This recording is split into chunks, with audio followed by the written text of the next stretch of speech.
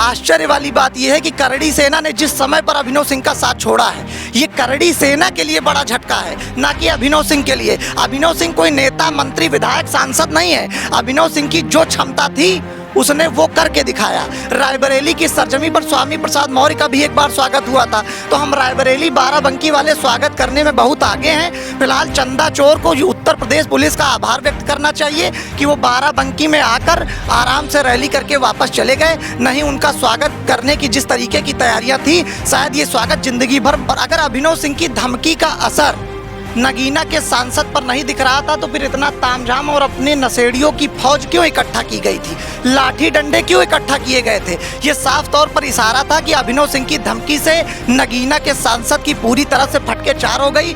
15 मार्च को बाराबंकी में आज़ाद समाज पार्टी के राष्ट्रीय अध्यक्ष चंद्रशेखर आज़ाद का आगमन होता है। और इससे पहले आपको बता दूं कि करणी सेना के प्रदेश महामंत्री अभिनव सिंह ने उनको खुली चेतावनी दी थी कि अगर वो यहां पर आएंगे तो करणी सेना उनका विरोध करेगी, वो अपने पैरों से चलकर नहीं जाएंगे। लेकिन वो कुछ भी नहीं हुआ। हाउस अरेस्ट हुए अभिनव सिंह और आज़ाद पार्टी के जो राष्ट्रीय अध्यक्ष हैं वो बाराबंकी की धरती पर जो है रैली कर निकल गए। लेकिन उसके बाद क्या हुआ मैं आपको बता दूं। उसके बाद ये हुआ कि करणी सेना के जो राष्ट्रीय अध्यक्ष हैं वीरू सिंह और राष्ट्रीय उपाध्यक्ष हैं सनी सिंह, उनकी कई पोस्टें सोशल मीडिया पर जारी हुई।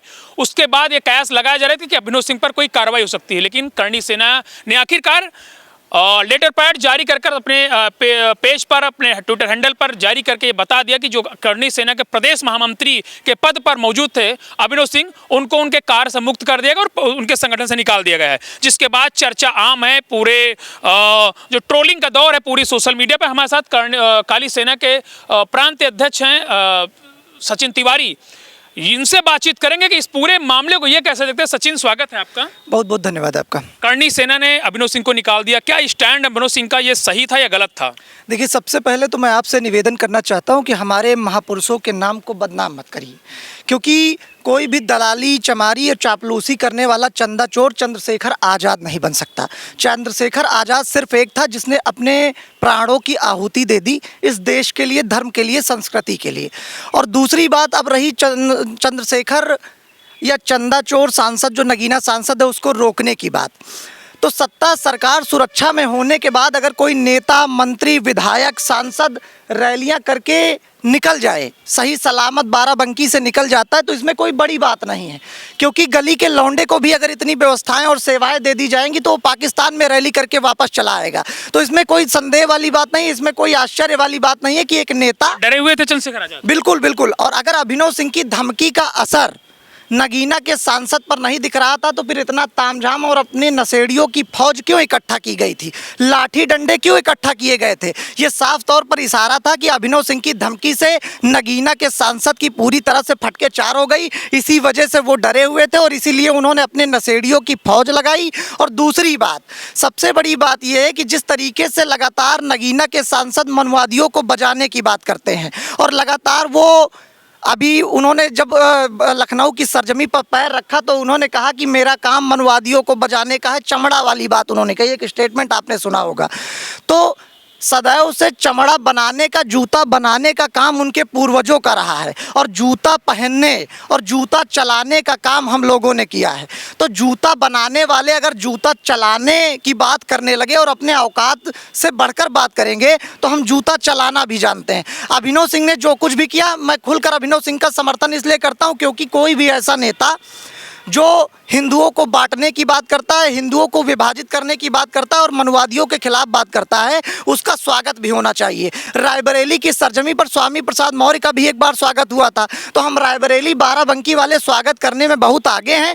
फिलहाल चंदा चोर को उत्तर प्रदेश पुलिस का आभार व्यक्त करना चाहिए कि वो बाराबंकी में आकर आराम से रैली करके वापस चले गए। नहीं, उनका स्वागत करने की जिस तरीके की तैयारियां थी, शायद ये स्वागत जिंदगी भर सांसद भूल नहीं। हमारा सवाल है, करणी सेना ने अभिनव सिंह को निकाल दिया इस कार्य के बाद, इस एक्शन, क्योंकि करणी सेना का कोई ये इसमें कोई हस्तक्षेप नहीं था, ये उनका स्वयं का स्टेटमेंट था। जी देखिए, किसी भी सामाजिक संगठन की अपनी एक विचारधारा होती है। फिलहाल करणी सेना का ये फैसला पूरी तरीके से मेरे हिसाब से गलत है, और समाज की लड़ाई लड़ने के लिए किसी अभिनव सिंह, सचिन पंडित को किसी संगठन की आवश्यकता नहीं है। हम लोगों ने समाज की लड़ाइयाँ लड़ी हैं, हमने ब्राह्मण परिवारों की, क्षत्रिय परिवारों की, सवर्ण परिवारों की लड़ाइयाँ लड़ी हैं। हम जेल की सलाखों के पीछे गए, हमने मुकदमे झेले हैं। तो दो कौड़ी के नेता, मंत्री विधायक हमें बताएंगे कि लड़ाइयाँ कैसे लड़ी जाएंगी। दूसरी बात, सबसे आश्चर्य वाली बात यह है कि करड़ी सेना ने जिस समय पर अभिनव सिंह का साथ छोड़ा है, ये करड़ी सेना के लिए बड़ा झटका है, ना कि अभिनव सिंह के लिए। अभिनव सिंह कोई नेता, मंत्री, विधायक, सांसद नहीं है। अभिनव सिंह की जो क्षमता थी उसने वो करके दिखाया, जितनी क्षमता थी उसने वो किया, लेकिन उसके बावजूद भी डर साफ तौर पर चंद्रशेखर के चेहरे पर झलक रहा था। और ये साफ तौर पर ये बताने के लिए काफ़ी है कि चंद्रशेखर किस तरीके से डरे हुए हैं। इस पूरी लड़ाई में अभिनव सिंह अकेले पड़ गए? देखिए, बिल्कुल अकेले पड़ गए। और साफ तौर पर मैं ये कहना चाहता हूं कि चंद्रशेखर की अगर हैसियत और औकात है, चंद्रशेखर एक बाप की औलाद है, तो सत्ता, सरकार, सुरक्षा हटाकर जिस दिन उनकी हैसियत और हिम्मत हो आकर मिल लें, अगर उन्हें छठी का दूध याद ना दिला दे तो हमारा नाम सचिन पंडित नहीं। अभिनव सिंह ने जिस तरीके की लड़ाई लड़ी है, अभिनव सिंह का डर साफ तौर पर चंद्रशेखर को रहेगा। और इसीलिए अभिनव सिंह ने खुलकर गोली मारने का अल्टीमेटम भी जारी कर दिया है। और इसका डर भी उनके कार्यकर्ताओं पर, नेताओं पर और पूरी भीम आर्मी यानी नीलचट्टों पर साफ तौर पर देखने को। करणी सेना ने जो हटाया, फैसला कितना सही है?